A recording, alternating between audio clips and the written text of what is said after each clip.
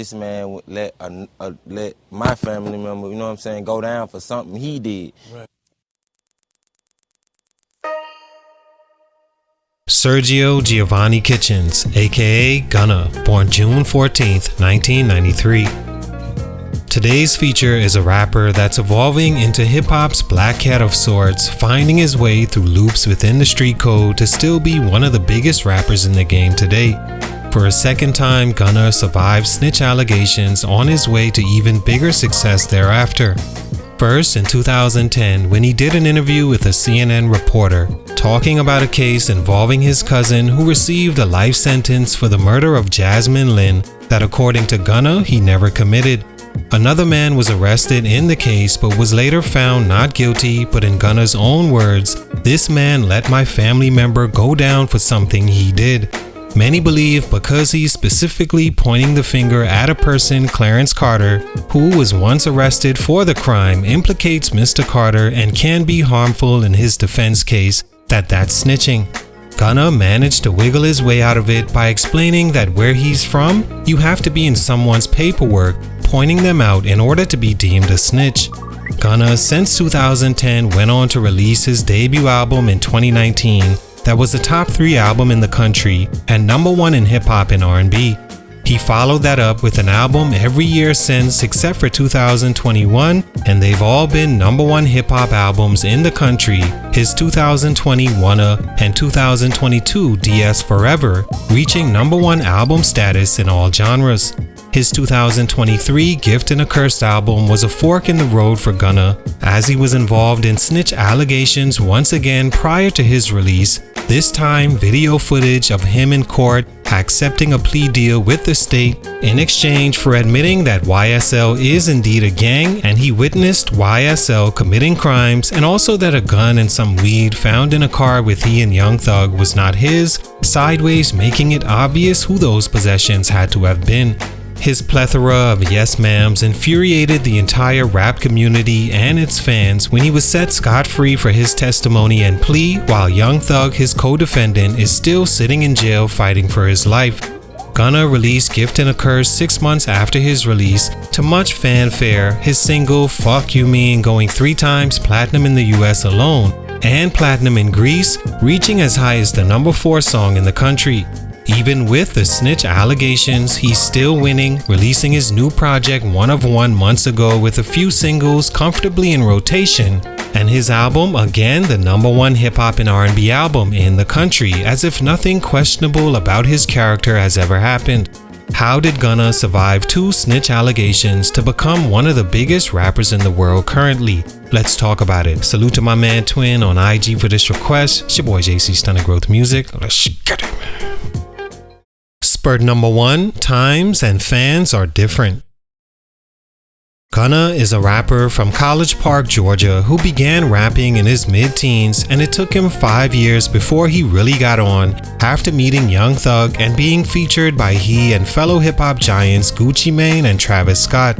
In 2016, he released his Drip Season mixtape to much fanfare, as the two made a can't-miss duo in the mid to late 2010s. It wouldn't be until 2018 that Gunna would go platinum for the first time with his Drip Harder mixtape with Lil Baby that featured the singles Drip Too Hard and Never Recover featuring Drake, both going more than 2 times platinum. From 2020 to 2022, Gunna was one of the biggest rappers in hip-hop, having back-to-back albums peak at #1 in the country on the Billboard 200. Far removed from his 2010 snitch allegations, Gunna blew up in the perfect time to have the success he's having.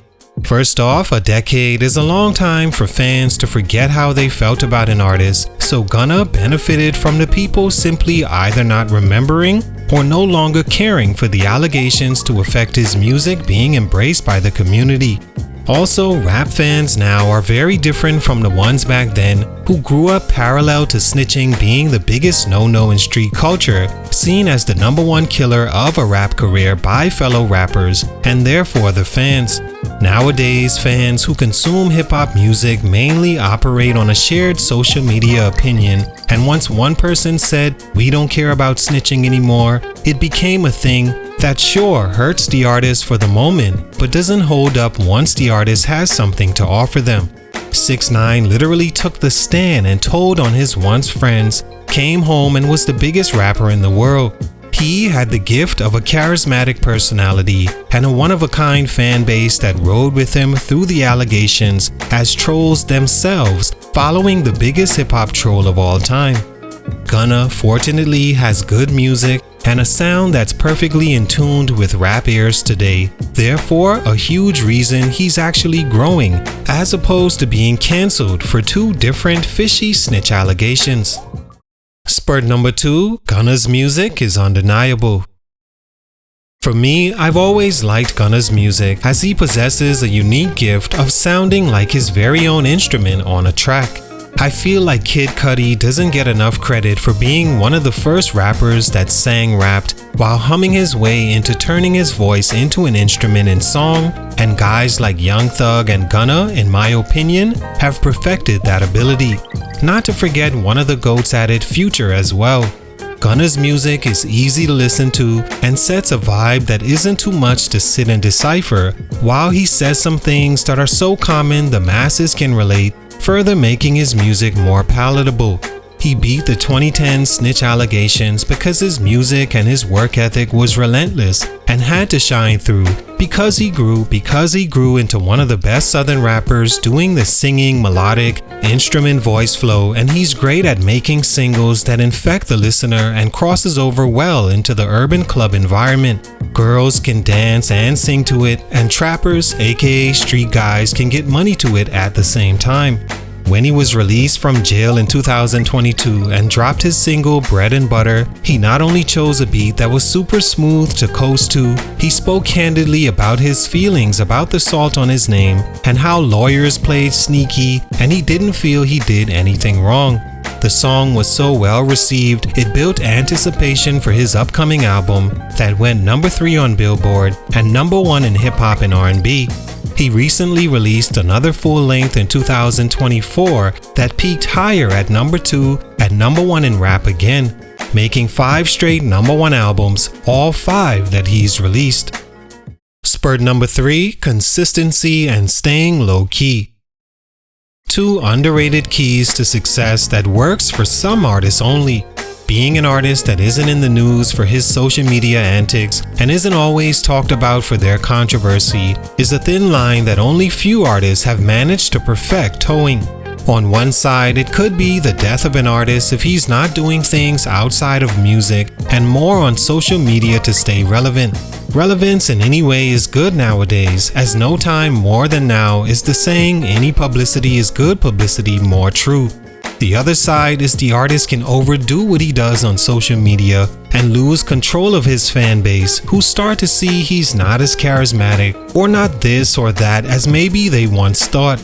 Meek Mill is a perfect example of overusing the tool social media to where now anything he says is clowned by fans who began to see Meek's uncool side, his mindset that seems hypocritical, his sensitivity and possibly lack of self-confidence, and scorn for anyone that doesn't believe in him or posts his music online. Social media literally is the key cause Meek isn't a top rapper in today's game. Wale is another good example. Early on, Wale was heavy on social media and media in general, and some fans didn't take well to his personality, beginning to relate his name and music to trash cans simply to troll Wale at first, but grew legs and the sheep deemed Wale's music bad when Wale is easily one of the best rappers and songwriters in the game. When he fell back from social media, his fan base stayed consistent and the stigma on him isn't as unforgiving. Gunna is the same way.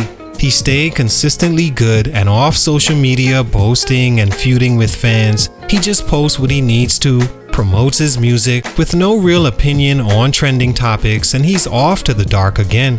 This consistency, good music, and low-key attitude has him as at least a top 5 artist in rap currently. All in all, Gunna's snitch allegations are on the fence in both cases for many people. He's not in Clarence Carter's paperwork, and his CNN interview didn't lead to Carter being arrested.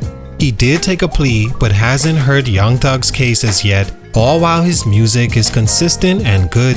He's always been a needed artist of his generation and has a sound that connects to a large part of this generation's hip-hop listeners, arguably the best. He's a unique artist that's playing the game right at the moment, and for these reasons, he continues to grow.